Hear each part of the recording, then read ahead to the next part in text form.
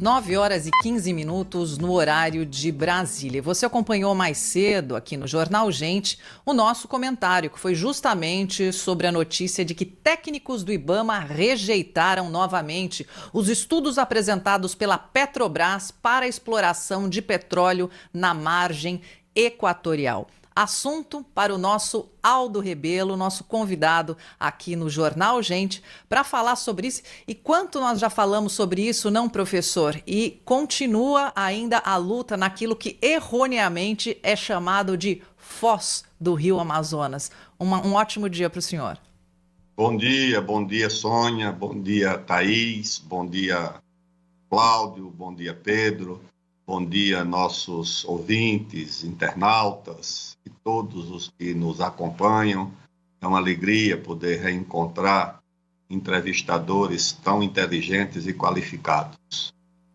A margem equatorial tornou-se hoje a questão emblemática do Brasil, porque não diz respeito apenas a uma decisão que envolve a questão ambiental, a produção de energia, envolve muito mais do que isso. Ou seja, define a natureza da soberania do nosso país, do nosso povo e do Estado brasileiro sobre os nossos recursos naturais.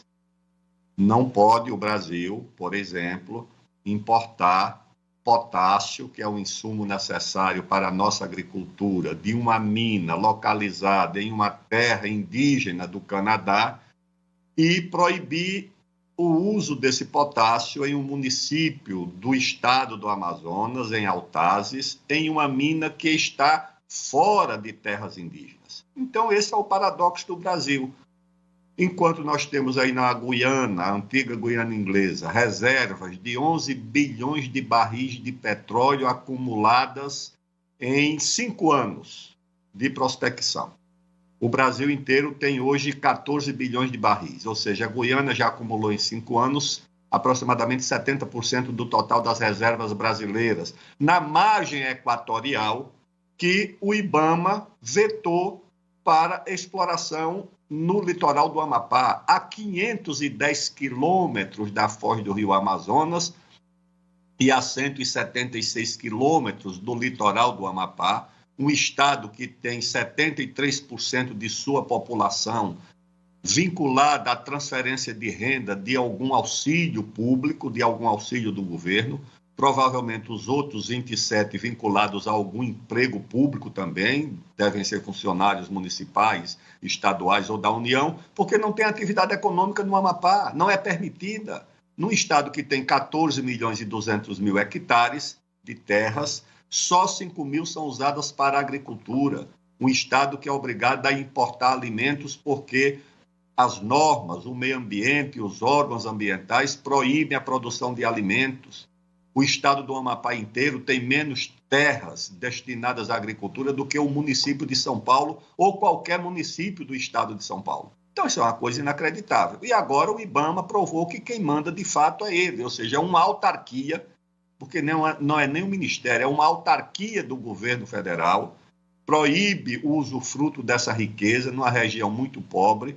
E o governo federal, o presidente da República, que segundo se ouve ou se fala, seria favorável, ou a presidente da Agência Nacional do Petróleo, hoje presidente da Petrobras, que também seria favorável, mas quem manda nesse governo é uma corporação, é uma autarquia dirigida por interesses internacionais. Todo mundo sabe que o IBAMA é governado por organizações não governamentais financiadas do exterior há muito tempo, que a FUNAI é dirigida também por interesses internacionais, que o Ministério do Meio Ambiente despache esse Ministério das Populações Indígenas com as embaixadas da Europa Ocidental e dos Estados Unidos em Brasília. Então, de fato, o problema é de soberania. Nós não temos soberania sobre o nosso território e sobre os nossos recursos naturais. Ministro Aldo Rebelo, bom dia, bem-vindo aqui ao nosso programa. Exatamente, eu queria explorar um pouco mais as suas informações e conclusões e estudos sobre essa perda de soberania do Brasil, porque a gente fica se pensando, esse pessoal do IBAMA está a serviço de quem? né? A serviço de quê? Porque do Brasil não é, né? Na medida em que nega que o Brasil ganhe ou usufrua de suas próprias riquezas, como nesse caso aí da margem equatorial. Quer dizer, enquanto está lá a ExxonMobil chupando de canudinho, né, o petróleo das reservas brasileiras na região, contratada que foi essa empresa americana pela Guiana, tem lá um acordo entre a Guiana com essa empresa americana, enquanto eles estão explorando esse petróleo, das reservas, inclusive, das quais o Brasil poderia estar se beneficiando, a gente vive essa situação em que uma autarquia manda mais do que qualquer outro interesse, inclusive o interesse nacional. Será que não tem isso, não tem safadeza por trás disso também, para além dos equívocos e, enfim, dessa gente tacanha, né, que manda nessa área do IBAMA? Ô ministro, emenda aí, por favor, também já um comentário, por causa do nosso tempo, sobre a questão do programa Calha Norte, né, que está sendo transferido do Ministério da Defesa para o Ministério da Integração e Desenvolvimento Regional. Isso é preocupante também, senhor, com o poder da síntese aí nas duas respostas, para o Cláudio e para mim aqui.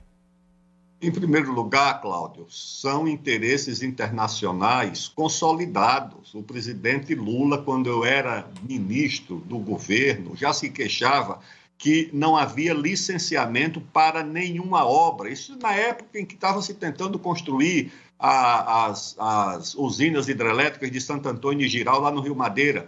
Por quê? Porque na época eu dizia, presidente, quem comanda o IBAMA e o Ministério do Meio Ambiente é um comitê de 50 ONGs, todo mundo sabia disso, que esse sistema de unidades de conservação que está imobilizando as terras produtivas e as áreas de mineração na Amazônia é um sistema concebido por uma agência americana chamada USAID e copiada pelo Ministério do Meio Ambiente. Todo mundo sabe disso, que essas organizações não governamentais financiadas do exterior constituem um governo paralelo na Amazônia, vivendo ao lado de outro governo paralelo, que é o crime organizado, e vivendo ao lado do governo de verdade institucional, que é anêmico e que não tem papel nenhum na região da Amazônia, com exceção, e aí eu entro na questão do Calha Norte, das Forças Armadas, que procuram ter um papel e uma presença. Esse programa Calha Norte, vinculado ao Ministério da Defesa, tem um sentido de segurança nacional, de defesa nacional. Eu não compreendo por que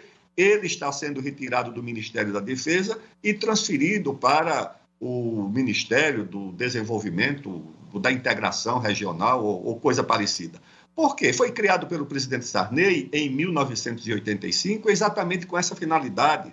Quando eu fui ministro da Defesa, estendi o alcance do Calha Norte para a fronteira oeste, que ele atinge até o estado de Rondônia, começa ali no Pará, vai o Amapá, Roraima, o Amazonas, o Acre e Rondônia, e a pedido do comandante militar do Oeste, o general Paulo Humberto, na época, eu estendi, aliás, a presidente Dilma, por decreto, estendeu o alcance do Calha Norte para a fronteira oeste, alcançando os estados do Mato Grosso e do Mato Grosso do Sul. Por quê? O programa visa o adensamento da população na fronteira, da atividade econômica, da infraestrutura, da logística, construção de aeroporto, esse Sistema Nacional de Vigilância de Fronteira, que é o SISFRON.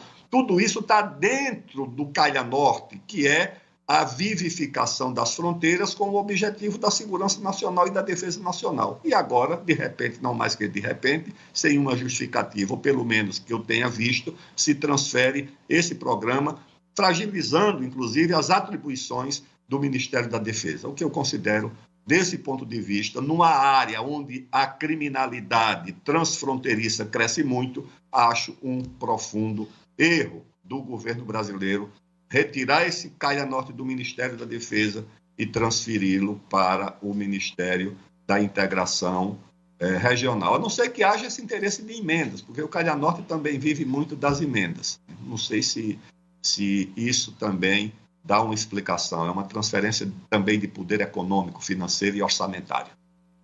Olha, eu queria agradecer ao ex-ministro da Defesa, ex-ministro do Esporte, ex-presidente da Câmara dos Deputados, Aldo Rebelo, sempre falando conosco aqui sobre questões relativas à Amazônia. Ele que é um grande conhecedor dessa região, já viajou muito por lá, fez recentemente uma viagem de carro cruzando a Amazônia. Tenho certeza que o ministro conhece lugares que nós não conhecemos e infelizmente jamais conheceremos, mas é bom ter o senhor dividindo conosco essa experiência. Até a próxima, ministro. Obrigado, um abraço, um bom dia, até breve. E leia o meu livro sobre a Amazônia. Opa, vamos ler sim, com certeza.